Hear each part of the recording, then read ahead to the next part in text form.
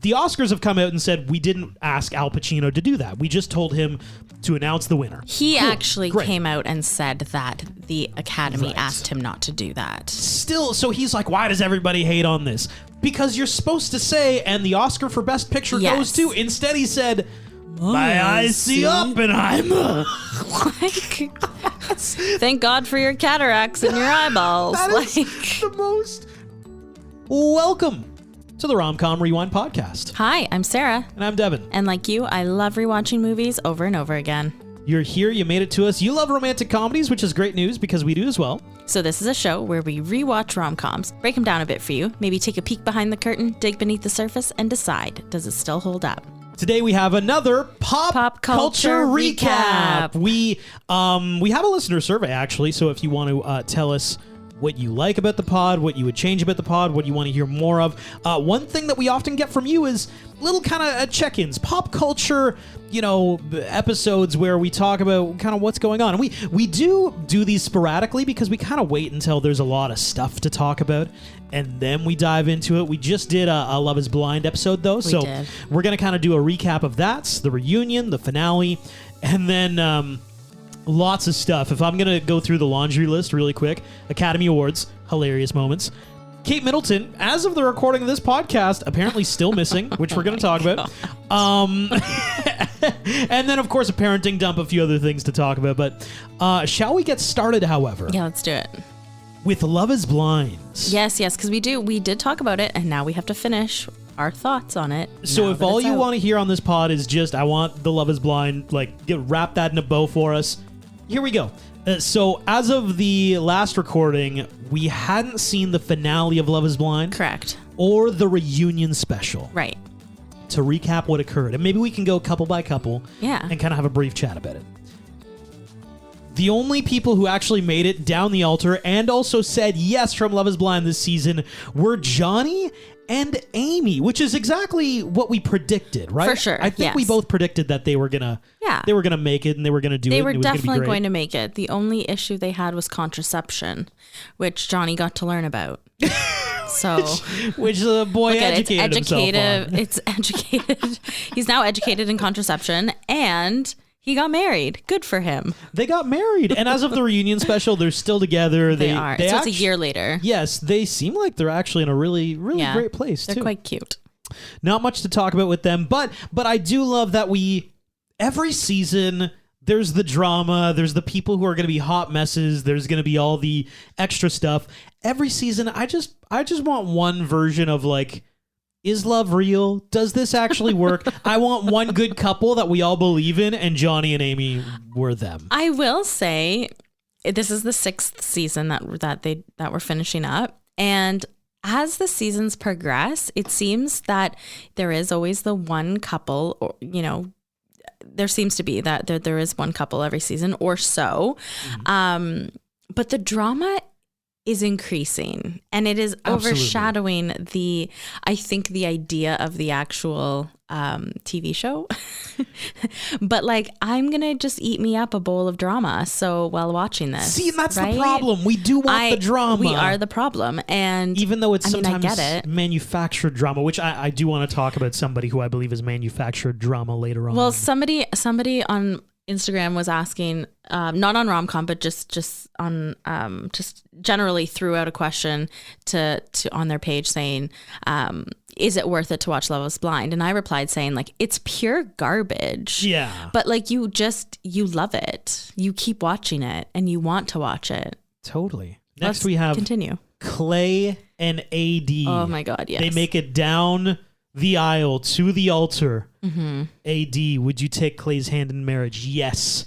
Clay, would you take AD's hand in marriage? Nah, bruh. No. Yeah. He says no. He breaks this girl's heart. And like I said in the other episode, this guy was showing us all the red flags. I said he built a foundation of a house of red flags. On a swamp. Yeah. He was ready to never go through with this, and we made it all the way down the aisle. And of course he said no, guys. He had all the issues, all the red flags. We ignored it. We kept on driving down that highway, and now the train wreck has happened. I will say, part of me feels bad for the guy because I think he wants to find true love and he wants to find a committed relationship.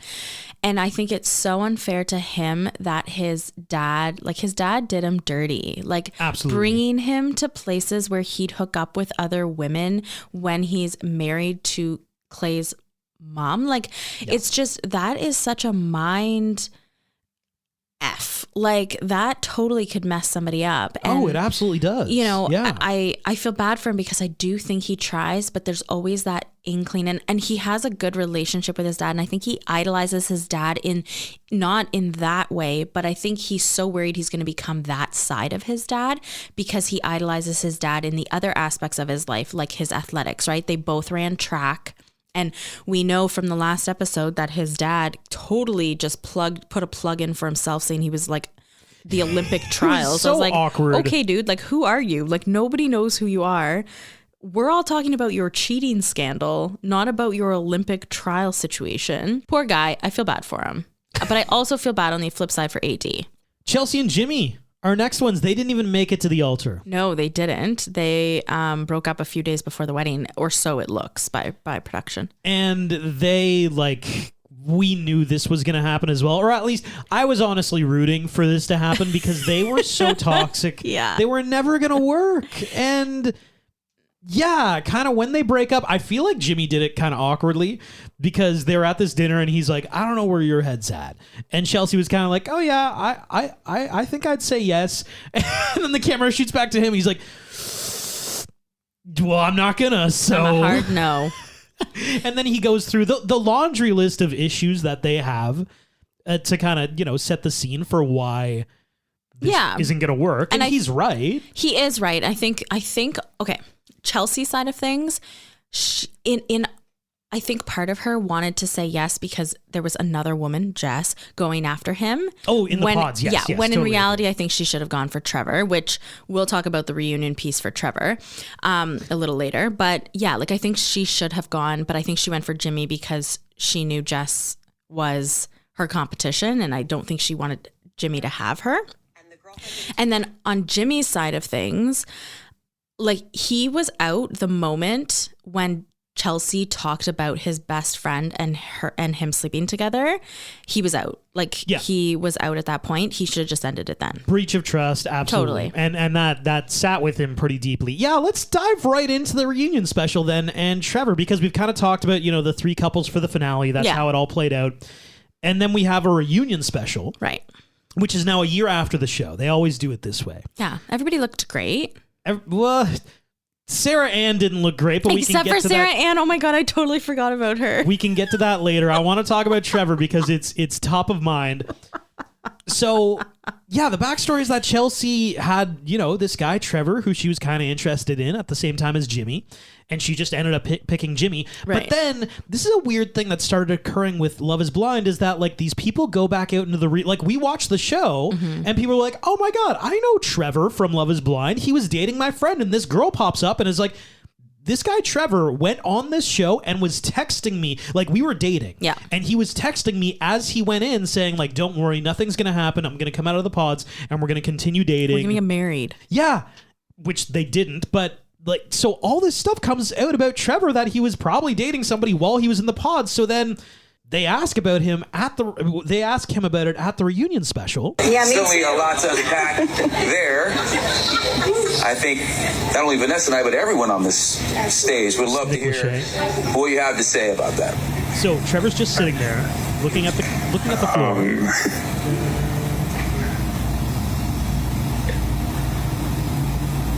Nah, say it with your chest. That's AD. Thank you for that.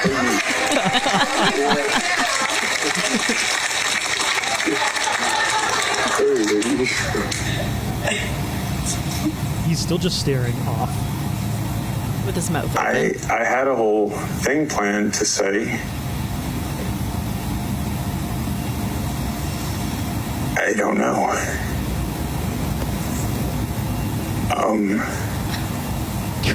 Yeah. So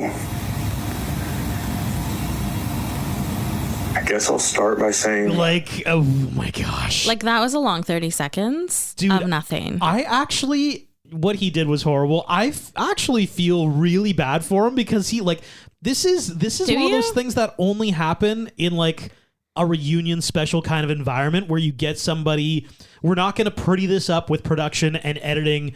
We're just going to have a bunch of people on a couch. We're going to ask you an uncomfortable question. And this guy, his brain just shut off. He had nothing happening up there. Yeah. I mean, you can tell he went out there and he was going to say like something that he had prepared. He kind of even like says that. But like, what did you think was going to happen? Did you think you weren't going to get caught? Did you think they wouldn't have the text receipts to show on television? Well, and like this all popped up on social media after the show aired. So it's like you as the guy, like everybody's talking about this. Don't even say yes to the reunion. Don't go to the reunion, baby. Matthew did not go to the reunion. Totally. He just declined and said like, I'm not going. And like, I think he made the bed, he needs to lie in it, Yeah. Like at the same time, Jeremy is one to talk. Oh my God. He was engaged. However, we do find out from Laura, I know you're going to talk about it, but he was engaged. So he did tell people that. But yeah, Trevor, it's a train wreck. That was terrible. That was brutal to watch. So uncomfortable to watch. Like I said, like those moments so rarely happen. You never get the thing that's not polished by production 6 months ahead of time. And then like 2 minutes later, he goes, "Can I leave?" Still like he was a kid getting scolded, and Like, can I go to my room now? Vanessa Lachey literally asks him, like, did you come on this show for your career? And he goes, no. Or what did he say? I can't remember what he says, but then Vanessa goes, what career? Like, you have no career. This was your 15 minutes of fame, I guess. And you didn't, like, this is not going to turn out the way you want it to. Speaking of 15 minutes of fame, you kind of alluded to it. I think the most iconic moment of the reunion outside of Trevor, just like he's getting memed so much. You've probably, even if you don't watch the show, you've seen Trevor staring off into the distance. Sarah Ann, the girl who wedged herself between Jeremy and Laura. She's getting roasted a lot for her look at the reunion. Had very much like a high school prom vibe. Yeah, 2004 prom. With the hair and with, I've seen a lot of people on social media being like, I forgot about skin glitter and I'm glad I did, because that's not a good look. There's like there's like highlighting and contouring on your, like, to make you, like, on your collarbones and things like that you can do to highlight things, but not glitter. Yeah. And I mean, I know 90s things are coming back, so hey, maybe glitter will make a comeback. But maybe. But Sarah Ann, not now. Not now. Not in your fluorescent pink prom dress. Corseted prom dress with your prom hair. I had that prom hair. You had that hair? It was my semi-formal. Oh, semi-formal hair. Semi-formal Much hair. better than prom hair, yeah. No, that was my grade 8. I'm going to see if I can find my grade 8 prom picture, and I will post it if I can find it. Oh, we need that. I had that hair. Need that. That was my hair. Oh my God. I was trying to figure out, because I was like, I had it. I just need to find out the occasion. Yes. I think Sarah Ann, because let's be real, Jeremy is not a catch. I don't know how he ended up with 2 girls in this show. Yeah. And I know the answer. It's because one of them, Sarah Ann, just wanted to get famous. It's like what we were talking about. Like, some people now, well, thank God we have Johnny and Amy, who were actually on the show for love. And I think AD was on the show for love. I think Clay and Chelsea and Jimmy were also trying. But let's be real. Sarah Ann was here for the clout. Yeah. She wanted to be the villain of the show.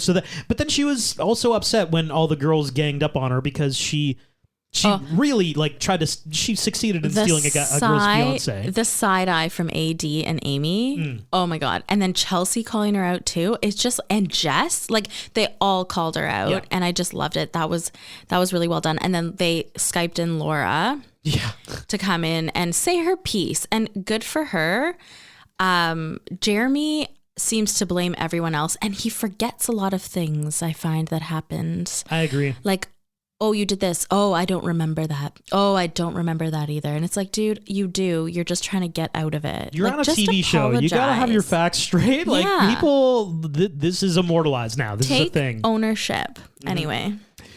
So that's kind of our recap for Love is Blind season 6, the whole thing wrapped up, hopefully in a bow for you. The next thing that we want to talk about, I would like to talk about, as of the recording of this, Kate Middleton has allegedly been seen in Windsor at some kind of farm. The poor girl. Thing. So there's a long laundry list of a backstory of what happened to Kate Middleton. Right.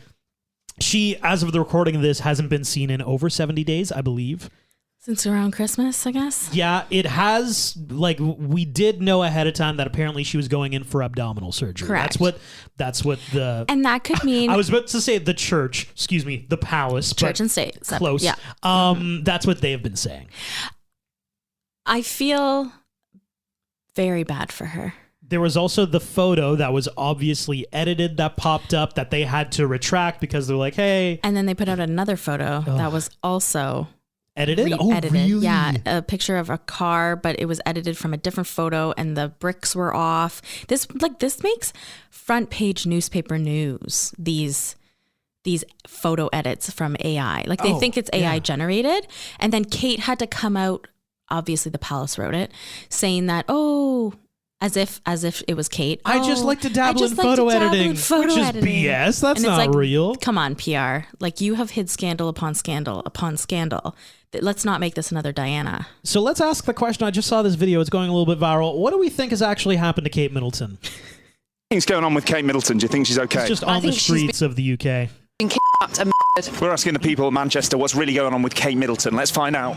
I think she had a BBL. She's recovering. She's in recovery. She needs to recover. She needs her time. Yeah. Do you think she was made by AI machines? Probably. Yeah, thank you, sir. Who are you? I'm just a man asking simple questions. Do you think she's healthy? She's obviously had serious surgery. I think she should be left to recover and get back to the delight that she always was. Getting a BBL. Do you know what's happened? Did you see that photo? The photo, yeah. She's not wearing a wedding ring in it. Do you think she might be pregnant with a lizard egg of some kind? That'd be kind of actually. She's the one photoshopping the pictures. Do you think she is?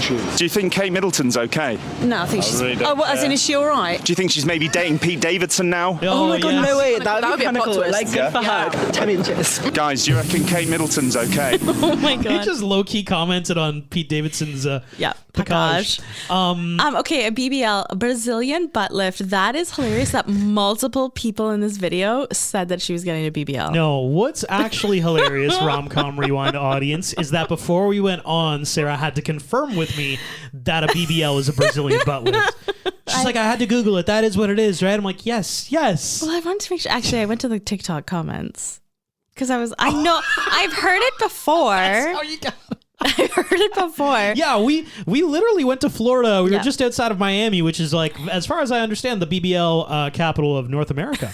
Outside of probably Brazil. It's probably Miami. They can't sit home while they're going home on the flight. Oh my God. I feel bad for the woman because she's undergone serious abdominal surgery, and whatever that is, it could be, supposedly she has Crohn's, I guess, and it could have been her colon being taken out, whatever. Maybe she had a hysterectomy. Who knows? We don't know. But for God's sakes, let her recover properly and I guess she's they've said that she's going to be out and about by Easter. If that's not long enough of a period, supposedly the things that the people who saw her at Windsor, she looks really frail. So a lot of people don't believe that that's actually her. A lot of people are comparing video. It is kind of like an Avril Lavigne thing all over again. It's not. You always pronounce the Lavigne like a little. Lavigne? Can I play another song for you that I found on TikTok as well that I think it's funny. They assume that she has been killed though. So it's a tiny bit dark, and I just want everybody to be aware that it's a tiny bit dark. Kate Middleton, where are you?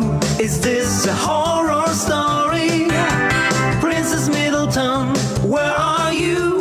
The world is starting to worry. You really are too. Diana, you did something cruel happen to you. Hey, what is going on? In Windsor's home, give us a sign that you're alive, or do a live stream where you tell us you're okay. You're okay, right? Oh my God, I can't believe they took a children's song.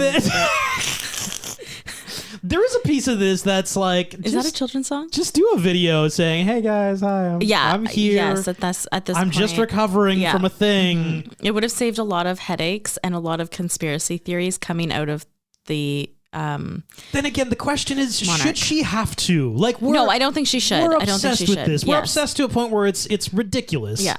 I mean, we're only talking about it because everybody else is freaking out about this, and like people are doing these stupid songs. I think the poor woman needs time to recover, and I think she should have that time. And I don't think she needs to answer to the rest of the world. It's hard because they're a very public monarch, and I think people believe that whenever they've tried to not be transparent about things, they're always hiding something, right? Like, because that has been the case in the past. Maybe the Crown should have done 2 more seasons so that they could cover this. God, maybe we're writing the material depending on what happens with Kate Middleton.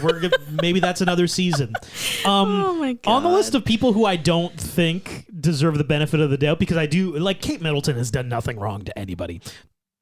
The monarchy is one thing, but she's another, I feel. Can we talk about the Academy Awards and how this is up there with the La La Land, like mistaking the best picture thing. Oh yeah. Al Pacino introducing. God. What a boob. The Oscar for Best Picture. Jumping right into the Academy Awards here, because I think this is like, why do we have such old people doing Best Picture all the time? Now, I don't want to be ageist, but like Al Pacino clearly had no idea what was going on. Yeah, like let's get somebody in there who can, one, follow direction, possibly read the prompter and teleprompter, and will do a good job. So this is Al Pacino introducing Best Picture at the Oscars. You might have already heard this, but I have to go to the envelope for that, and I will. Opening the envelope. Here it comes. And my eyes see Oppenheimer. Slow claps, Yes. confusion. Yes. The music starts. What happened? So that is my favorite part of all of this is that, normally they do, here are the nominees, and they list all the nominees. The Oscars have come out and said, we didn't ask Al Pacino to do that. We just told him to announce the winner. He actually came out and said that the Academy asked him not to do that. Still, so he's like, why does everybody hate on this? Because you're supposed to say, and the Oscar for Best Picture goes to. Instead, he said, my eyes see Oppenheimer. Like, thank God for your cataracts in your eyeballs. That is the most ridiculous way to introduce Best Picture. But it's not the right way. It's not the right way. But then I'm also confused by what he thought was happening. Because, oh my God. Because then when the camera shoots immediately to like Christopher Nolan and like the cast and everything, you can hear Al Pacino go, what happens? Like he's confused. Well, it's because there was a delayed clap. There was a delayed response because people were waiting for it, and the Best Picture is. So finally, when people start to applaud, it was too delayed for him to realize it. So he goes, what happened? What happened? I'll play it one more time. And my eyes see Oppenheimer. Yes. Yes. Emma Thomas, Charles Grodin. What happened? Like, you just gave away the award in the most awkward freaking way, dude. That's what happens. Yeah. And yeah, I guess he said that the Academy wanted him to do it that way, which I think is just him trying to save face. There is no way they wanted him to do it that way. No, follow the teleprompter. But like I said, I wonder if he could see it. Open the envelope, read the envelope, and if you can't see the envelope, get somebody else in there, guys. Maybe when they put older people who might not be able to see the teleprompter, or maybe just Al Pacino, if they ever ask him to do it again, maybe on the envelope they should put, and the Oscar goes to. Yes. And then have that, and then maybe they can read that. Well, like, I also just think this is such an antiquated way of doing it.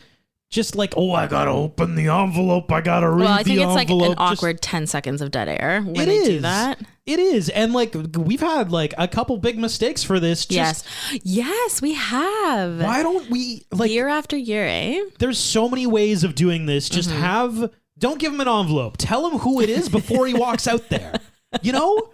You could do that. Yeah, but I feel like he wouldn't do. He would just go out and be like Oppenheimer, and then walk away. Or maybe he'd walk out and be like, "Oh, I forgot. Who was it again?" Looking to the side of the stage. I just think there's a better way to do this. God. They keep on messing it up. These people, we pay them to act, and somehow they can't stand on a stage and just read some lines. That's all we're asking you to do, Al Pacino. That's what you did all your life. That's all you need to do. Shall we do a parenting dump to wrap this in a bow? We did this last time, and Sarah was convinced that you listening, you wouldn't really enjoy a parenting dump. I didn't say our listeners wouldn't enjoy it. I just said I don't know. Maybe that's what I said. That's pretty much what you said. I don't know. And then the overwhelming, resounding response from you on Instagram. By the way, if you want to talk about anything on the pod, reach out to us on Instagram. Yeah, you guys loved it. You loved it. Which, I mean, I think it was just I didn't want everybody to just listen to our kid funny stories. I didn't know if anyone would want to listen to that. But you guys do, which is awesome. Yeah. So thank you. We have a toddler. His name's Wells. Yes. Starting with, you ever have your kid unknowingly to them start pronouncing something with an accent? Actually, maybe you listening have a situation with your own child with this. Our toddler Wells, his favorite show is Bluey. Yes. That show is Australian. He occasionally says oh no, if he drops something on the ground. But he's also started saying it with a little hint of an R at the end where he's like, oh no. And immediately this has started happening. I'm like, holy shit, we gotta cut off the Bluey, man. I love Bluey, don't get me wrong, but great. that's tough. Oh no. What's the thing that you always love to say? Okay, so I saw this TikTok. This was a while back, and every time somebody says, oh no, I think of, oh no, my portfolio. And I know first note. This is so funny. First thing to note, my Australian accent is awful, and I do apologize because we do have listeners from Australia. So we do have a lot. Yeah, we apologize for honestly, this. we love chatting. We love Australia. Yes, we do. I want to go to Australia. Your kids' content so much that our son is speaking in an Australian accent now. So that's a glowing recommendation. But my accent is awful, and I'm so sorry. That was pretty bad. I saw it as a TikTok, and I die laughing, and it's this. Okay, it's this American guy who said it first, and said it in Australian accent, and then asks other Australians to stitch it on TikTok. And going through the videos, it just cracks me up. I cry laughing. I'm laughing so hard. Devin does not think it's funny. I do not think it's funny at all. I think it's funny that you think it's funny. I die laughing every time. So you can send us your voice notes in an Australian accent saying that. Oh no. I won't post them, I promise. No. I'll just get a kick out of them, Put this in the pile of big parenting learning moments. Our toddler Wells loves to he likes to get under the covers and hide his face, and we always play where's Wells game, and he laughs. He thinks it's hilarious. Yeah.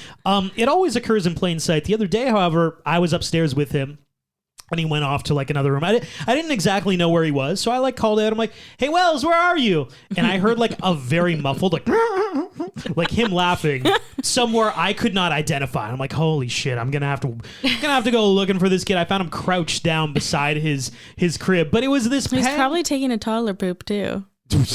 Yeah, they always go off to some weird corners. But I just had this pang of a parenting moment of.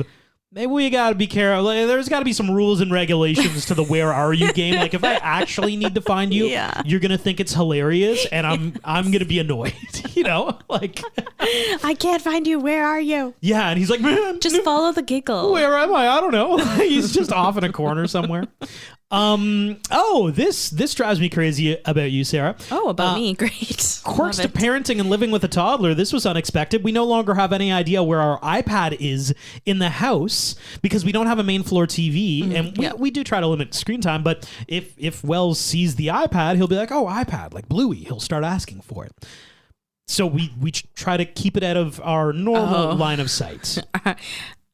Yes. Which I tend to just put it in an easy place for us to identify. But to my defense, maybe my eyesight line of sight is lower than yours because I'm shorter than you. Well, wouldn't that mean that you want to put them in easier places than where I found the iPad, which after 10 minutes of searching the other day was in the kitchen behind a box of Rice Krispies cereal, yes, okay. Sarah? To my defense, Devin, every time you like, I put it like on a table or something, Wells can still see it. And then you're like, Sarah, why didn't you put it in a harder to find spot? So I put it in a harder to find spot, which was behind the Rice Krispie box on the counter.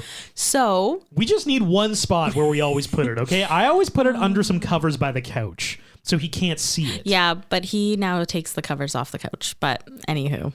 Can we talk like toddlers sleeping in your bed for a quick moment? Because Wells has never slept in our bed. He's been sick the past few days. Yes. So last night we were like, hey, you know what? He just wants some cuddles. We can bring him in here for a bit and then put him down a little bit after.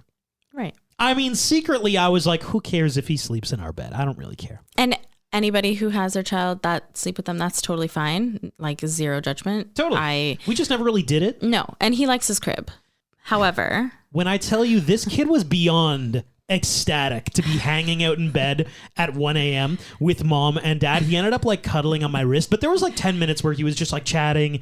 He was like he loves rubbing my beard at night. But after so there was the 10 minutes of that. And then there was about 20 minutes of like, he's chilling on my wrist. Like he seems to be going down. And I'm also basically asleep. And I thought he was asleep.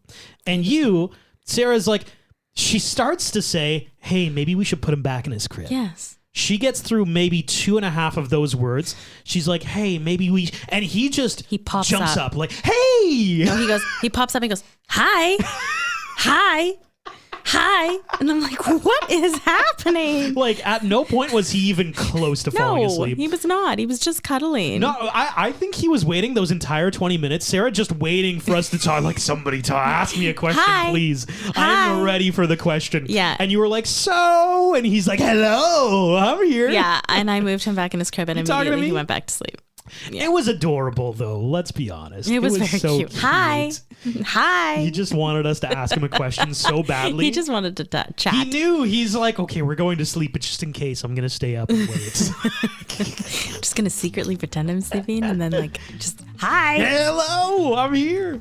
Anyway, that's your parenting dump. That's also your pop culture recap for the Rom-Com Rewind podcast. Throw us a like, throw us a follow, and if you want to reach out about anything on the pod, at Rom-Com Rewind on Instagram. Thanks for listening.